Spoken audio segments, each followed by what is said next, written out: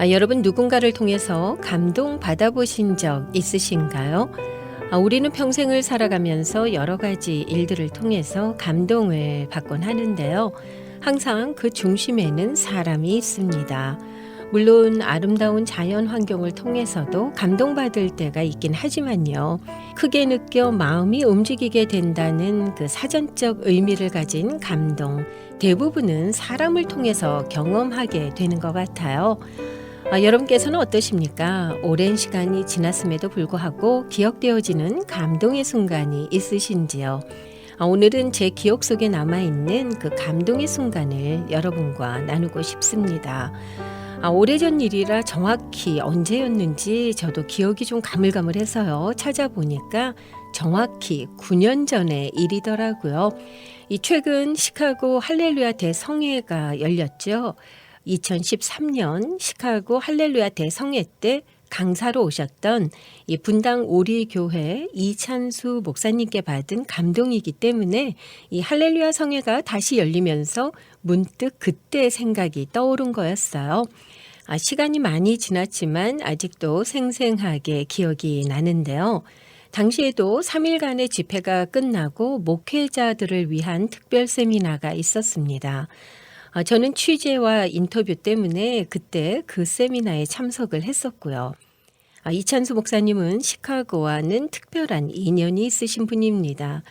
목사님 설교에도 종종 등장을 하던데요. 이 시카고에서의 일 말이죠.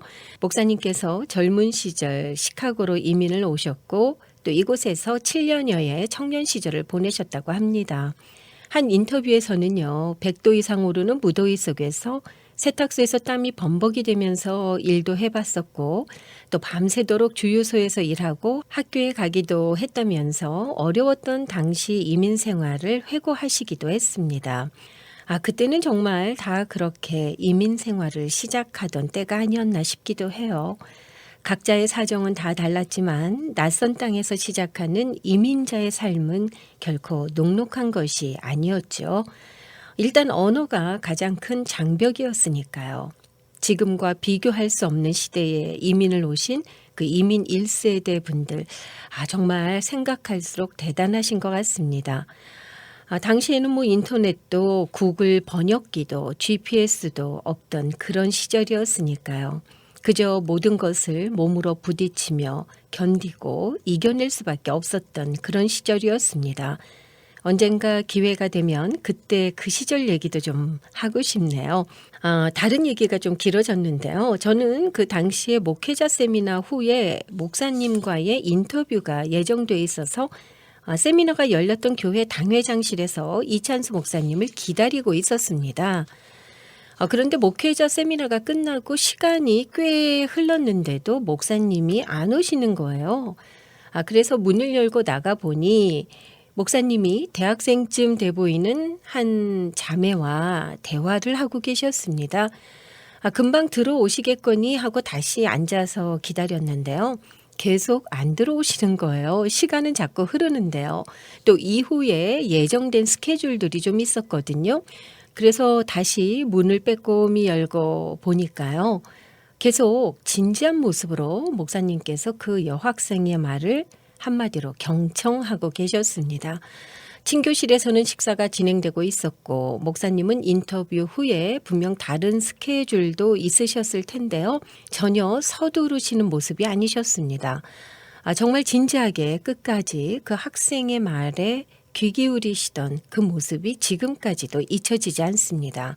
다시 문을 닫고 들어와 앉으며 생각했죠. 오늘 인터뷰 안 해도 좋을 것 같다고요. 한 사람을 이렇게 귀하게 여기시는 목사님이신데 다른 말이 무슨 필요가 있겠나. 목사님의 겸손함이 느껴지는 순간이었습니다. 바쁜 일정 속에 계신 목사님을 끝까지 따라온 그 여학생, 뭔가 절실한 사정이 있었음은 의심할 여지가 없었습니다. 목사님이 그 여학생의 말에 진지하게 귀 기울이시는 모습을 보면서 결코 형식적인 들어줌이 아니라는 것을 느낄 수가 있었거든요. 목사님은 아셨던 것 같아요. 늘 하는 인터뷰 10분 할 것 5분 하면 되고 정 안 되면 1분만 해도 되지만 이 자매에게는 지금이 어찌 보면 인생에서 뭔가 중요한 순간일 수 있겠다 하는 것을 정말 알고 계신 것처럼 느껴졌습니다. 시간이 좀 더 지나서 목사님께서 들어오셨고 인터뷰가 진행이 됐죠. 당시에 벌써 분당 우리교회 분립 얘기가 나오고 있었기 때문에 이에 대한 질문을 많이 드렸던 것으로 기억을 합니다. 당시 목사님께서는 1만 성도 파송 운동에 대해서 먼저 성도들의 이해와 동의를 구했고 이제 본격적인 준비에 들어간다라는 그런 말씀을 하셨었는데요. 10여 년이 지난 올 4월인가요? 이 분당 우리 교회는 29개의 교회로 분립했습니다.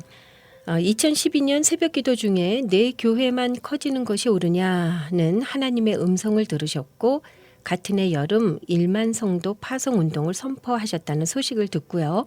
마침 2013년에 시카고를 방문하셨던 목사님께 관련된 질문을 드렸던 것 같습니다. 당시만 해도 이 대형 교회가 분립하는 것이 가능한가 하고 반신반의하는 분위기였으니까요. 중요한 것은 이번에 이 29개 교회로 분립한 교회들이 우리라는 명칭을 쓰지 못한다는 겁니다. 대형 교회의 지교회가 아니라는 그런 의미겠죠. 교회를 분립한다는 것 말로만 되는 일은 아닙니다. 10여 년의 준비와 기도 그리고 무엇보다 실천이 있었기 때문에 가능한 일이 아니었나 싶은데요. 뜻이 좋다고 무조건 믿음만으로 준비 없이 실행하다가 어려움을 겪게 되는 경우 많이 볼 수 있잖아요. 뛰어난 명설교보다 더 감동을 주는 것은요.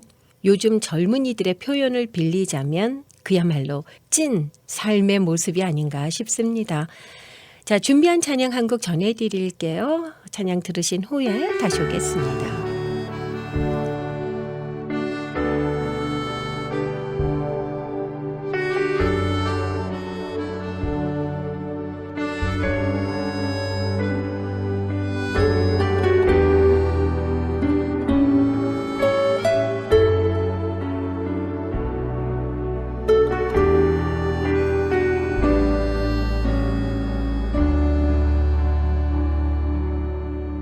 너는 그리스도의 향기라 너는 그리스도의 편지라 하나님 앞에서 그리스도의 향기니 너를 통해 생명이 흘러가리 너를 통해 생명이 흘러가리 너는 그리스도의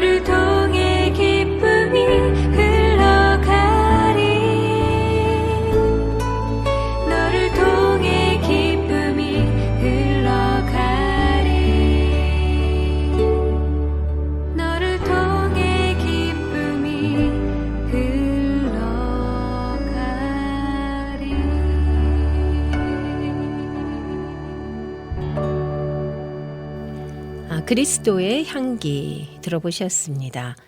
자, 언젠가 아는 분께서 이런 이야기를 하신 적이 있어요.